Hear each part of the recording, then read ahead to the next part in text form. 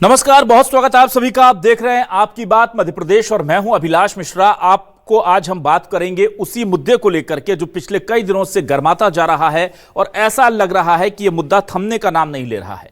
कांग्रेस ने संगठन सृजन के नाम पर अपने कायाकल्प का सपना देखा। इसे लेकर राहुल गांधी भोपाल आए और उसके बाद से संगठन सृजन की अभियान की शुरुआत हुई, लेकिन तभी से कांग्रेस में गतिरोध की स्थिति बढ़ती जा रही है। गतिरोध इस कदर हो गया है कि अब सीधे तौर पर नेताओं से दो दो हाथ करने को कार्यकर्ता तैयार हैं। ऐसा ही कुछ हुआ है जब जीतू पटवारी के फैसलों से नाराज उज्जैन के कांग्रेसी कार्यकर्ताओं को संगठन ने नोटिस थमा दिया, जिसके बाद वो अपना दुखड़ा लेकर अजय सिंह और राहुल भैया के पास पहुंच गए। उधर हम देख रहे हैं कि लगातार कहीं ना कहीं ऐसी चीजें हो रही हैं जिससे साफ तौर पर समझ में आता है कि संगठन में सब कुछ ठीक नहीं। इंदौर में जिस तरह से एक खास बाजार में दिग्विजय सिंह पहुंचे थे खास समुदाय के लिए उनके समर्थन में, तब जिला अध्यक्ष ने यह कहते हुए आपत्ति दर्ज करा दी कि हमें इस दौरे की जानकारी ही नहीं और आगे से किसी भी बड़े नेता का दौरा हमसे बिना पूछे नहीं होना चाहिए। साफ तौर पर जीतू पटवारी जो है वो मुश्किल में नजर आते हैं, क्योंकि जिस तरह से बात की जाए, चाहे वो दिग्विजय सिंह हो, कमलनाथ हो, अजय सिंह हो, अरुण यादव हो, तमाम लोग ये जो हैं ये कहीं ना कहीं सीधे तौर पर ऐसा लग रहा है कि बहुत खुश नहीं है जीतू पटवारी की कार्यप्रणाली से। अब ऐसी ही स्थिति कार्यकर्ताओं के बीच भी देखने को मिल रही है। बीजेपी तंज कस रही है, कांग्रेस इसे आम बात बता रही है, लेकिन क्या है सच्चाई, इसी मुद्दे पर शुरू करते हैं आज आपकी बात।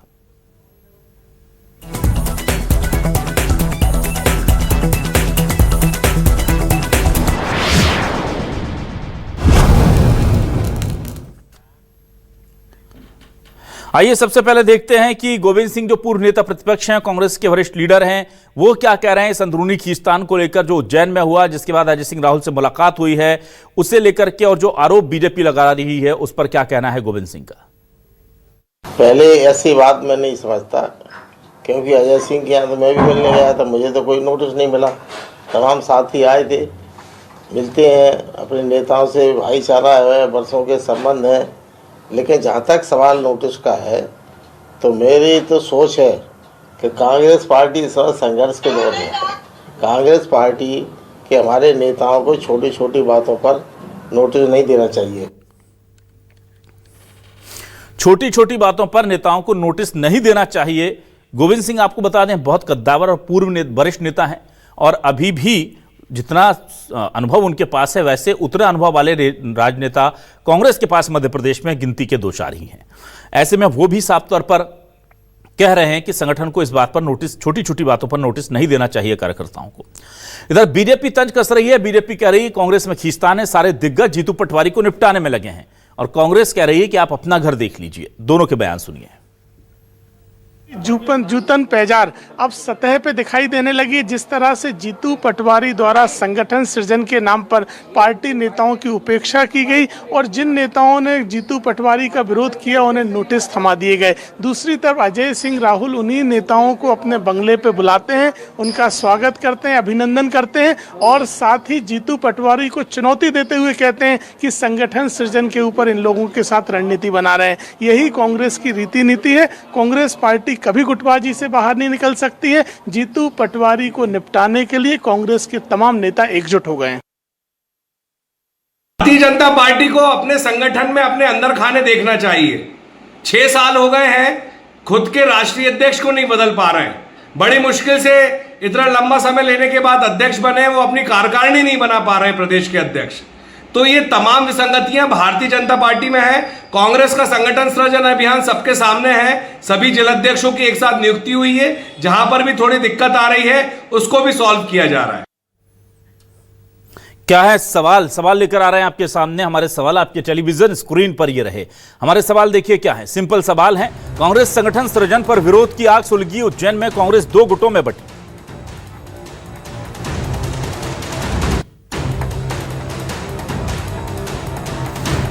विरोध करने वालों पर पीसीसी के नोटिस की मार। विरोधी गुट का अजय सिंह के यहां हुआ सत्कार। नोटिस देने से कांग्रेस नेता गोविंद सिंह भी हैरान। बीजेपी बोली पटवारी को निपटाने का दिग्गजों का ध्यान।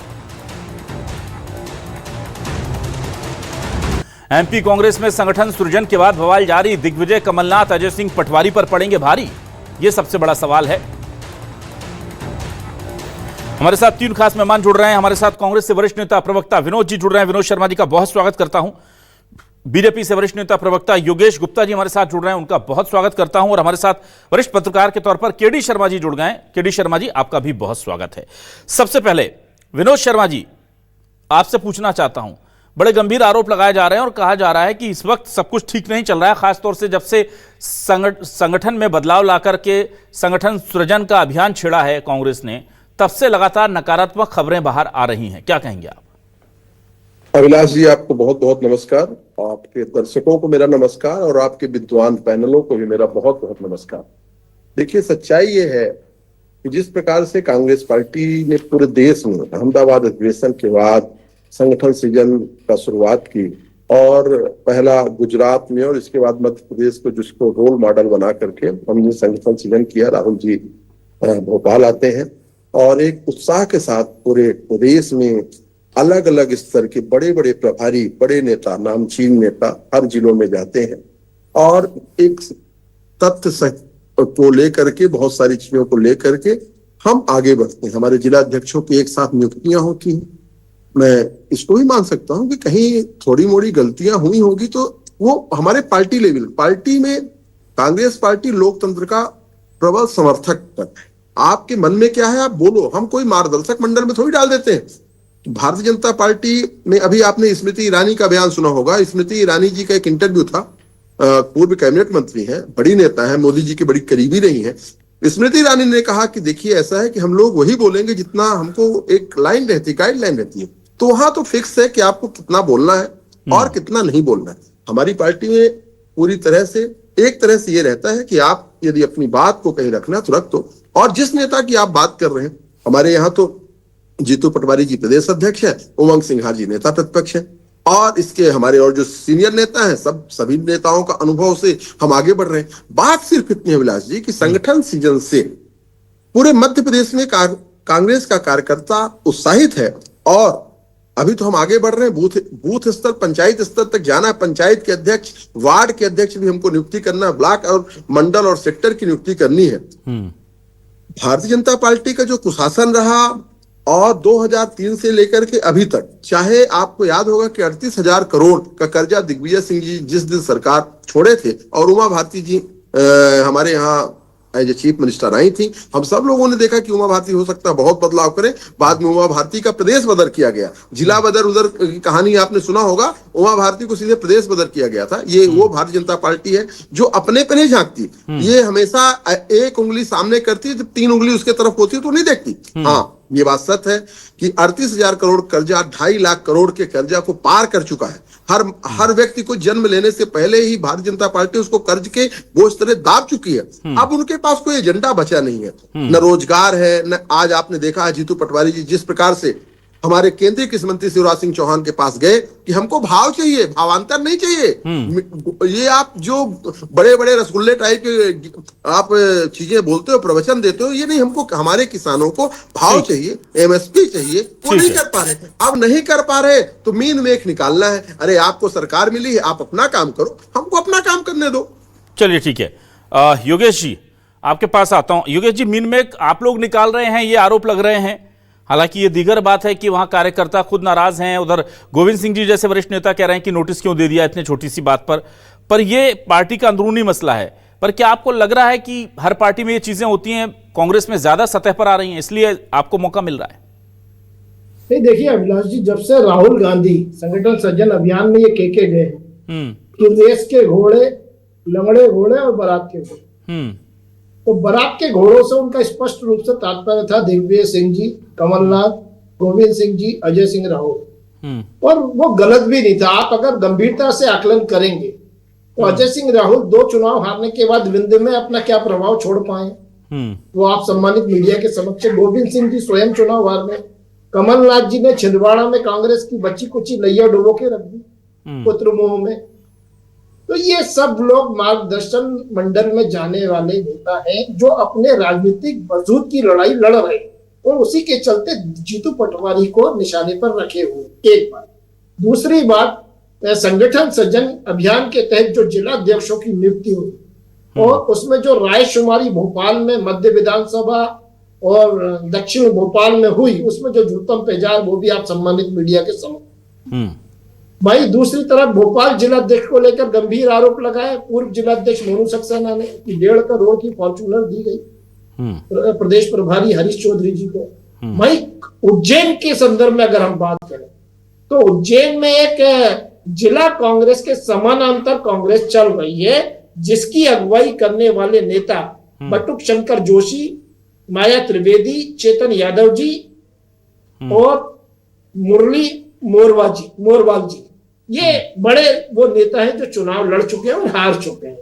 ये लोग समानांतर कांग्रेस उज्जैन में चला रहे हैं और हरीश चौधरी पर इन्होंने भी बहुत गंभीर आरोप लगाए जिला अध्यक्ष की को लेकर।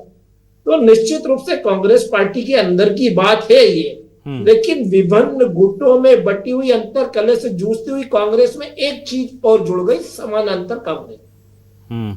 तो ये निश्चित रूप से इनके लिए गंभीर विषय है, क्योंकि अभी आगामी चुनाव में 3 वर्ष का समय है और ये कैसा सृजन कर रहे हैं। पिछले लोकसभा चुनाव में 2.5 लाख से ज्यादा वरिष्ठ कांग्रेस नेताओं ने जीतू पटवारी के अध्यक्षीय कार्यकाल में कांग्रेस छोड़ी।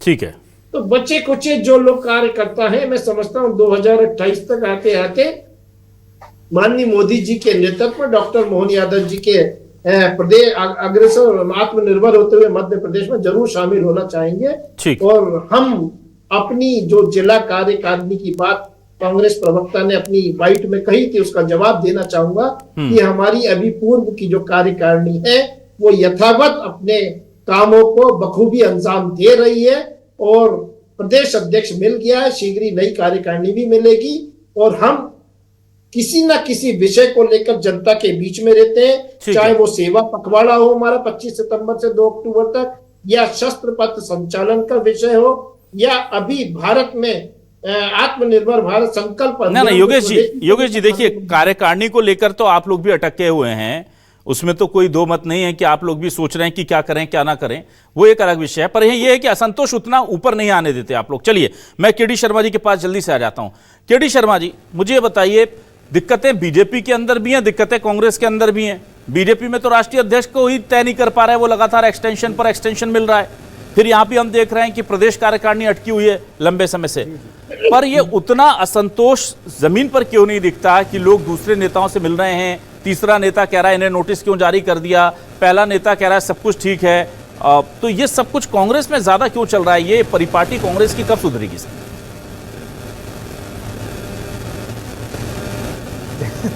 देखिए, आज़ादी के समय से जो कांग्रेस है उसमें उसके बारे में ये हमेशा कहा जाता है कि लोकतंत्र पार्टी में आंतरिक लोकतंत्र बहुत ज़बरदस्त है। वहाँ अपने वरिष्ठ नेता के बारे में कभी भी कोई भी बयान दे सकता है।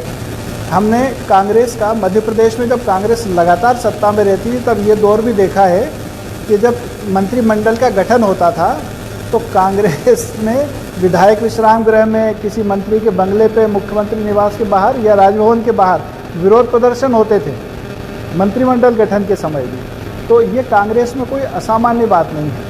लेकिन इस समय क्या हो रहा है कि राजनीति का शिकार प्रदेश अध्यक्ष भी हो रहे हैं मध्य प्रदेश में। वो राहुल गांधी की पसंद है, ये अलग बात है, मगर यहाँ जो धुरंधर नेता, जो मठाधीश पुराने बैठे हुए हैं, उनके बीच में रहना और पार्टी को चला पाना। आपको अगर ध्यान हो तो पिछले कार्यकाल में चुनाव से कुछ समय पहले कमलनाथ जी को प्रदेश अध्यक्ष बना दिया गया था और अरुण यादव कह रहे थे कि मैंने फसल लगाई थी और कोई और काट ले गया। ये हालात निर्मित हुए थे। तो कांग्रेस में क्या है कि जब चुनाव आते हैं उसके 1-2 साल पहले से इस तरह का माहौल होता है कि जो अगर एक जो वर्ग है जो मुख्य रूप से कमलनाथ और दिग्विजय सिंह के साथ चलता है तो वो वर्ग किसी और समूह के व्यक्ति को प्रदेश अध्यक्ष या महत्वपूर्ण पद पे स्वीकार नहीं करता है। तो स्थितियाँ ऐसी निर्मित हो जाती है या कर दी जाती हैं। अब ये नहीं कहा जा सकता। जीतू पटवारी जिस तरह से फील्ड में मेहनत कर रहे हैं, कई त्रुटियां हो सकती हैं उनसे, लेकिन वो व्यक्ति लगातार मैदान में पार्टी के लिए संघर्ष कर रहा है, वो लगातार देखने को मिल रहा है। मगर उनके कोई भी निर्णय को लेके लगातार विरोध और इस तरह की चीज़ें जो हो रही हैं तो वो बार बार सामने आ रही हैं। ठीक है, ठीक है सर, चलिए मैं वापस आता हूं। विनोद जी, मैं ये जानना चाहता हूं, देखिए एक तरफ तो हम देख रहे हैं कि कांग्रेस पूरी कोशिश कर रही है रिवाइवल के लिए, और दूसरी तरफ ये हम देखते हैं कि वो वरिष्ठ नेताओं का प्यार नहीं मिल पा रहा जीतू पटवारी को, जिसके वो हकदार हैं एक प्रदेश अध्यक्ष के तौर पर। भले ही ये कहा गया है, हमने लगातार देखा, आज गोविंद सिंह जी ने भी कहा कि भाई नोटिस ऐसे इशू नहीं करना चाहिए। अब गोविंद सिंह जी कोई छोटे मोटे या कम अनुभव वाले राजनेता नहीं है, नाराजगी कहीं ना कहीं सामने आ जाती है। नेता प्रतिपक्ष से जीतू पटवारी जी की कैसी बनती है वो सब जानते हैं। इस तरह की लगातार हम चीजें देख रहे हैं। क्या वजह है जीतू पटवारी कम एक्सपीरियंस के नेता वरिष्ठ नेताओं के बीच बना दिए गए? संगठन ने एक अच्छी कोशिश की कि यूथ को हम केंद्रीय आला कमान ने दिया कि नेतृत्व सौंप दे, क्या उसे नहीं पचा पा रहे हैं वरिष्ठ नेता? आखिर दिक्कत क्या हो रही है यहां पर? उन्हें जिस तरह का समर्थन मिलना चाहिए, आज जब वो बोरी लेकर निकले तो उनके साथ बाकी वरिष्ठ नेता क्यों नहीं थे?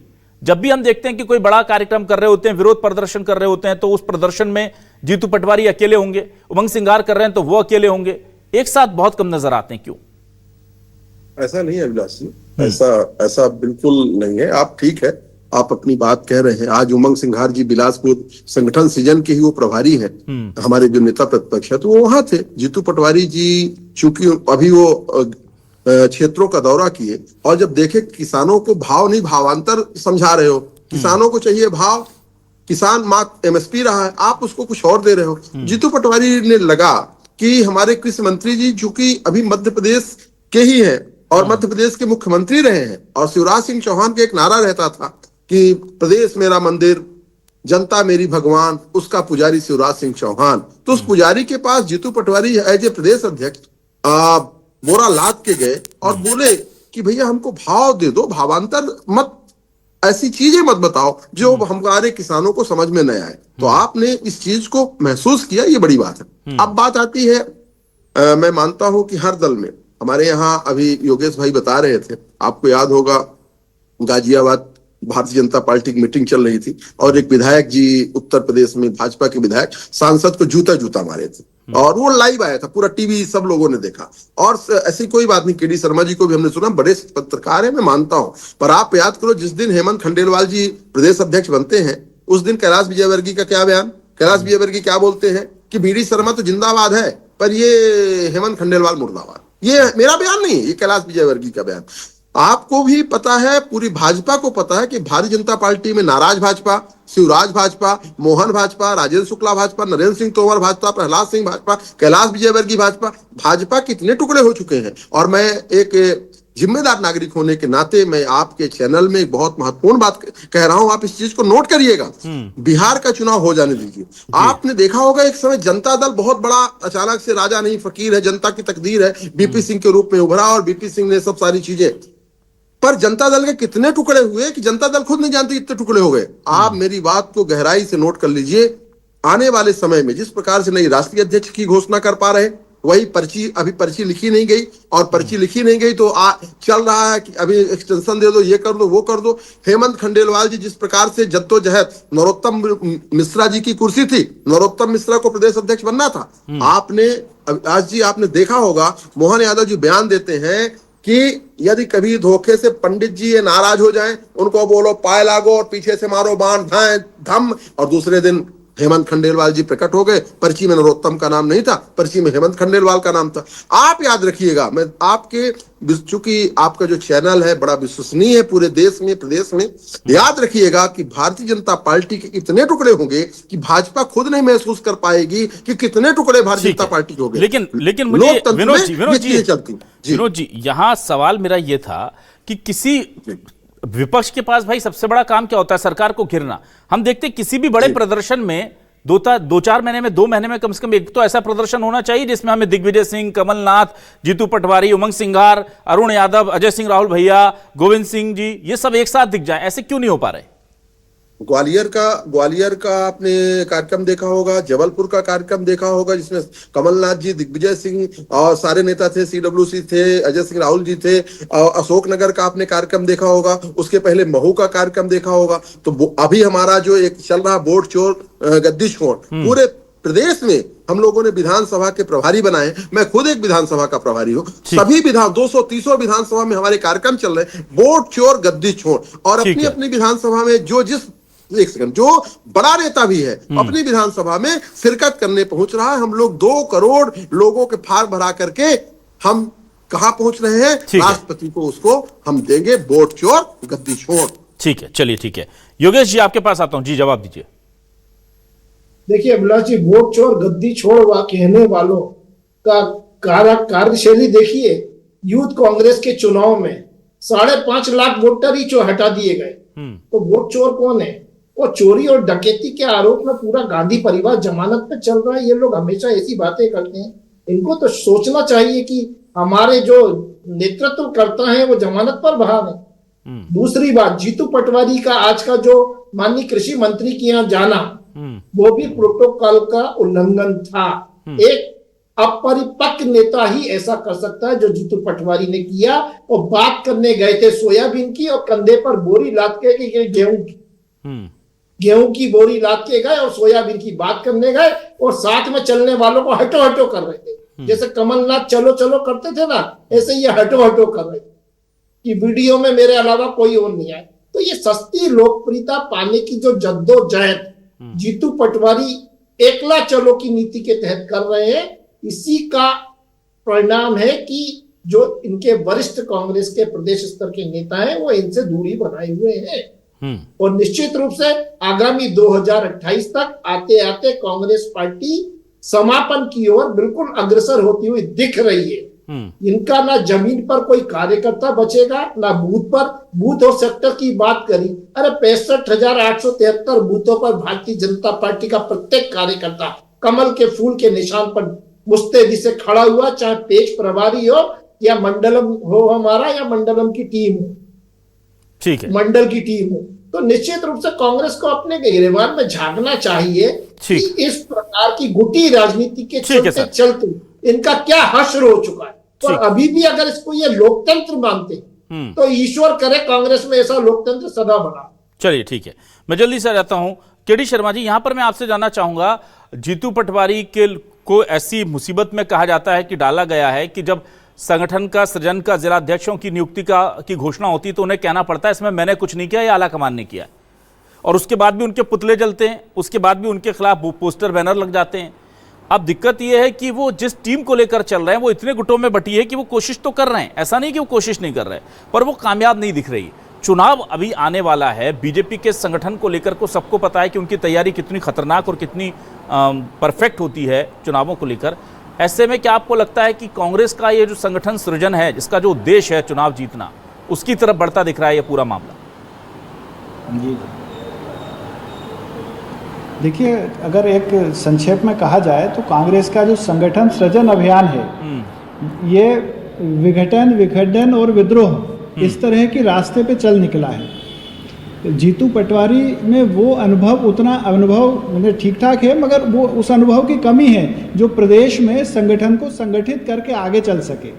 भाजपा का हमेशा प्लस पॉइंट ये इसलिए रहा है कि केडर बेस्ड पार्टी है, वहाँ अनुशासनहीनता बिल्कुल बर्दाश्त नहीं की जाती है। और कांग्रेस में अनुशासन, आप देखें, आपने खुद ये बताया कि उज्जैन में जब अनुशासनहीनता करने वालों को नोटिस दिए गए तो गोविंद सिंह, अजय सिंह, ये जो वरिष्ठ नेता हैं, इन लोगों ने उनका साथ दिया कि भाई इस तरह के ये नोटिस नहीं दिए जाना चाहिए।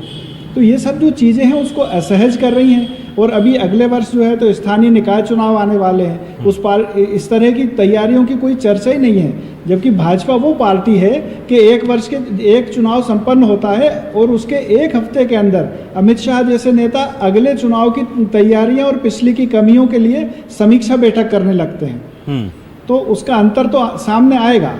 यहाँ संगठित हो पाना, अपना एक उपनिवेशवादी पार्टी जैसे कहते हैं ना, कांग्रेस को कई उपनिवेश हैं उसमें, तो उनको एकजुट करना कांग्रेस में बहुत टेढ़ी खीर है। और वो जब तक नहीं होगा तो कांग्रेस को कई जगह नुकसान होते हैं, सिर्फ इसलिए कि भाजपा की एंटी इनकम्बेंसी का लाभ कांग्रेस को मिल जाए, इसके लिए इंतजार करते रहना तो बहुत सही नहीं माना जा सकता। ठीक है, तो कुल मिलाकर के कांग्रेस को जाहिर सी बात है एकजुट रहना होगा, क्योंकि किसी भी प्रदेश के लिए ये जरूरी है कि उसका विपक्ष बहुत मजबूत रहे। और जाहिर सी बात है जितने लंबे समय से कांग्रेस विपक्ष में रही, कमलनाथ जी का वक्त छोड़ दें थोड़ा सा, तो अब एक बहुत बड़ी महती जिम्मेदारी जीतू पटवारी की है कि वो अपनी पार्टी को जीत के मंजिल तक लेकर जाएं। पर उन्हें वरिष्ठ नेताओं का सहयोग नहीं मिला तो दिक्कत होगी। अभी वो कोशिश जरूर कर रहे हैं, पर ऐसा लग रहा है कि उनकी मुश्किलें कम नहीं हो रही। दिक्कतें तो बीजेपी में भी बहुत ज्यादा बढ़ चुकी हैं। वहां पर भी पदों को लेकर के आपसी सहमति नहीं बन पा रही है, जिस वजह से वो लगातार टलते जा रहे हैं, चाहे बात प्रदेश के कार्यकारिणी की हो या दूसरे पदों की। पर समस्या यह है कि कांग्रेस में चीजें जल्दी बाहर आ जाती हैं और इसे अनुशासन की कमी का बहाना बनाकर बीजेपी उस पर तंज कसती है। दिक्कतें सब जगह हैं, पर कौन कैसे मैनेज करता है, डैमेज कंट्रोल करता है, इसी पर सब कुछ निर्भर करता है। बहुत शुक्रिया अदा करूंगा मैं विनोद शर्मा जी, योगेश जी और केडी शर्मा जी हमारे साथ जुड़ने के लिए, इस डिबेट का हिस्सा बनने के लिए। तमाम दर्शकों का शुक्रिया। नमस्कार।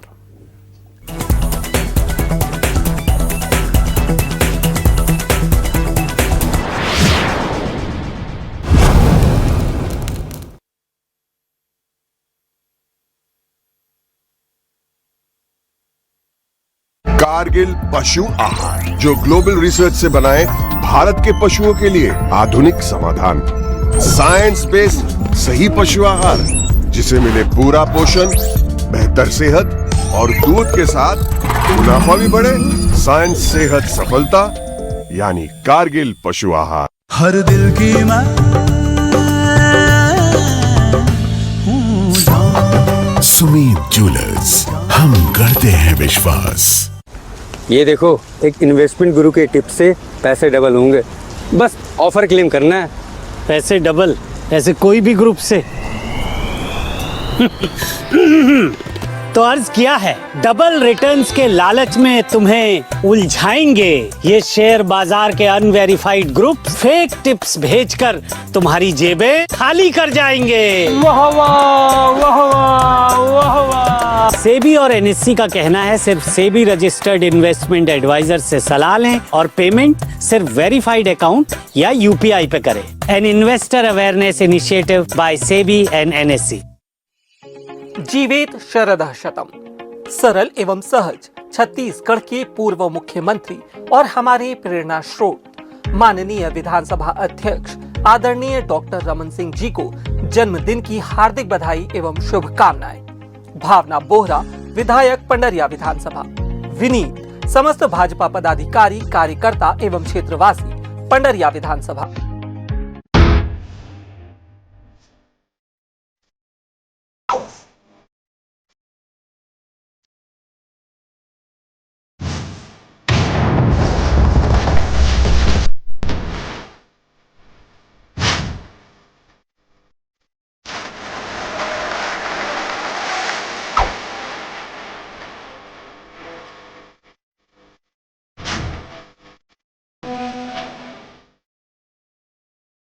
प्रश्नकाल आशीष तिवारी के साथ रविवार रात 8:27 पर गदर आवाज छत्तीसगढ़ के संदीप अखिल के साथ शनिवार रात 7:57 पर।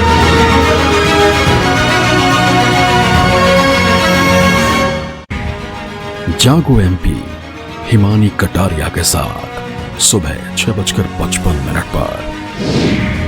जागो छत्तीसगढ़ दीपिका जांगड़ के साथ सुबह 7:25 पर।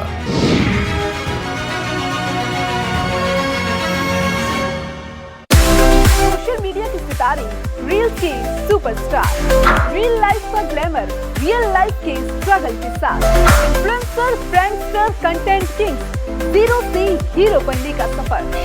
हर लाइक के पीछे की लाइफ, हर कमेंट के पीछे की कहानी। देखिए सोशल सनसनी मेरे साथ सिर्फ न्यूज़ 24 मध्य प्रदेश छत्तीसगढ़ पर।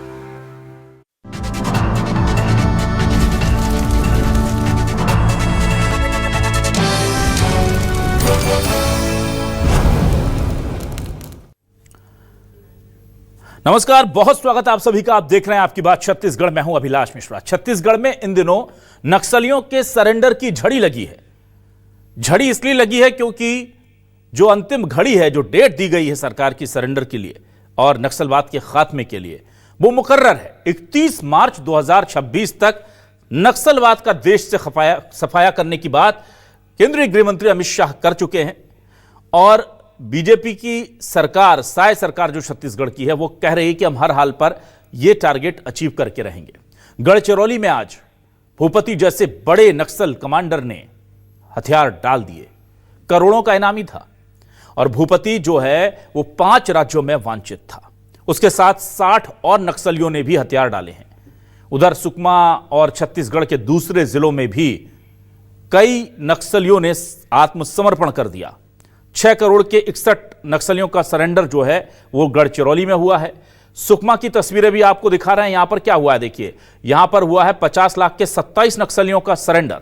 पखानजूर की बात कर लीजिए, 50 नक्सलियों ने उधर सरेंडर कर दिया है। और कोंडागांव की बात करें तो कोंडागांव भी अछूता नहीं है। कोंडागांव में भी 5 लाख के नक्सलियों का सरेंडर हुआ है। बहुत तेजी से नक्सलियों का सरेंडर हो रहा है। चारों तरफ से निकल कर जंगलों से नक्सली आ रहे हैं, हथियार डाल रहे हैं और सरकार कह रही है कि हम रेड कारपेट, लाल कालीन बिछाकर उनका स्वागत करेंगे।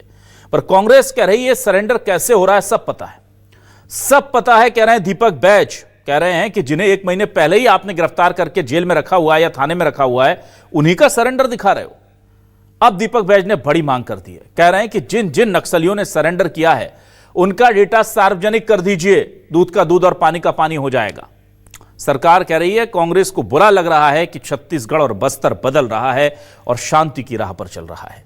ऐसे में कौन नक्सलियों के मुखालफत कर रहा है, कौन गरीब आदिवासियों के साथ है, और ये जो कंफ्यूजन है इसे दूर करने की कोशिश करते हैं। शुरू करते हैं आज आपकी बात।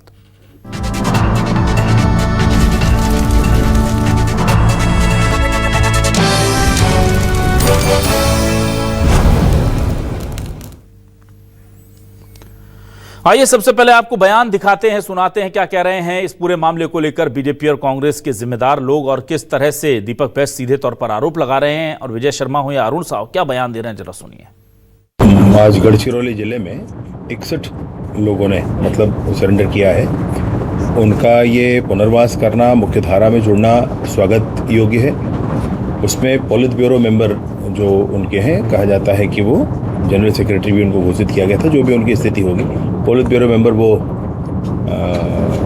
वेणुगोपाल के साथ 60 अन्य नक्सली, उसमें भी 21 जो ऑटोमेटेड वेपन है और 56 कुल वेपन के साथ एक बड़ी संख्या में लोगों ने पुनर्वास किया है, मुख्य धारा में जुड़े हैं। 2 दिन पहले ही कैंप के बाजू में आईडी ब्लास्ट हो जाता है और कल भारतीय जनता पार्टी कार्यकर्ता की हत्या हो जाती है। मतलब मुझे लगता है गृह मंत्री ठीक है, अभी 6 महीने बाकी है, लेकिन मुगालते का कोई दवाई नहीं है। इसलिए मैं कह रहा हूं कि मार्च के बाद फिर कोई नया बहाना न ढूंढना पड़े। आइए देखते हैं आज के सवाल क्या है। सवाल लेकर आ रहे हैं आपके टेलीविजन स्क्रीन पर। जो सवाल है हमारे वो ये रहे। हमारे सवाल, छत्तीसगढ़ में नक्सली सरेंडर की लगी झड़ी, 60 साथियों के साथ सरेंडर हुआ करोड़ों का इनामी भूपति। बहुत बड़ा लीडर था भूपति। कांग्रेस बोली गिरफ्तार नक्सलियों को दिखा रहे सरेंडर, रिकॉर्ड सार्वजनिक करने में सरकार को क्यों है डर।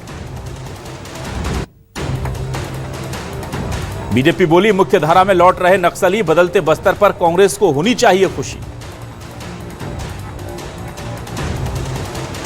छत्तीसगढ़ में नक्सली आत्मसमर्पण, सियासी रार, सरेंडर नक्सलियों का रिकॉर्ड सार्वजनिक करेगी सरकार। यह सबसे बड़ा सवाल है। हमारे साथ 3 खास मेहमान, कांग्रेस से वरिष्ठ नेता प्रवक्ता डॉक्टर अजय साहू जी जुड़ रहे हैं। अजय जी बहुत स्वागत करता हूं आपका। बीजेपी से वरिष्ठ नेता प्रवक्ता राजीव चक्रवर्ती जी जुड़ गए। राजीव जी बहुत स्वागत है आपका भी। वरिष्ठ पत्रकार के तौर पर धनवेंद्र जायसवाल जी हमारे साथ जुड़ गए हैं। धनवेंद्र जायसवाल जी आपका स्वागत है। डॉक्टर अजय साहू जी, ये जो मांग आपने की है, क्या आपको लगता है प्रैक्टिकल मांग है? सरेंडर नक्सलियों का डेटा सार्वजनिक करना, अभिलाष जी, उनकी सुरक्षा में खतरा तो नहीं हो जाएगा कहीं? अभिलाष जी, हमारा ये कहना है, जब नक्सली नक्सलवाद का काम करते हैं, जब वो जंगल में होते हैं और हमारे वीर जवानों के ऊपर जब वो गोलियां बरसाते हैं, तब उनके पास तो हथियार होता है, लेकिन जब वो सरेंडर करने आते हैं तो उनके हथियार कहां चले जाते हैं, हम तो ये पूछते हैं। जब वो हमारे वीर जवानों के ऊपर हमला करते हैं तो उनके पास ऑटोमेटेड हथियार होते हैं, लेकिन जब वो सरेंडर करने आते हैं तो उनके पास से भारमार बंदूक भी नहीं बरामद होती। तो ये सारी जो चीजें हैं ये कहीं ना कहीं संदेहों को जन्म देती है। और जो नक्सलियों के जो सरेंडर की जो सूची होती है उसकी जब जांच की जाए तो ये पता चलता है कि कोई नक्सली 1 महीने से जेल में बंद है, कोई 2 महीने से जेल में बंद है। और जब ये एनकाउंटर करते हैं तो कई बार ऐसा होता है कि कोई रसोइया होता है, वो बच्चों के लिए खाना बनाता होता है, वो मारा जाता है और उसे ये लोग नक्सली बता देते हैं। कई बार ये होता है कि पूरे गांव के गांव को सरेंडर कराया जाता है तो और गांव वाले कहते हैं कि भाई ये तो नक्सली नहीं है, ये तो हमारे बीच का आदमी है। और जब ये सारी बातें हमारे तक आती है और हम इस पर जब प्रश्न खड़ा करते हैं तो भारतीय जनता पार्टी कहती है कि बस्तर नक्सल मुक्त हो रहा है तो कांग्रेस खुश नहीं दिखाई दे रही है। बस्तर से अगर नक्सलवाद समाप्त होगा अभिलाष जी तो सबसे ज्यादा खुशी अगर किसी को होगी तो कांग्रेस पार्टी को होगी। हम तो जवानों के शौर्य को नमन करते हैं, उन्हें प्रणाम करते हैं कि उन लोगों ने आज जो नक्सलवाद को जो पीछे धकेलने का काम किया। लेकिन सबसे दुर्भाग्यजनक बात यह है कि सरकार के पास नक्सलवाद को लेकर के ना कोई नीति है, ना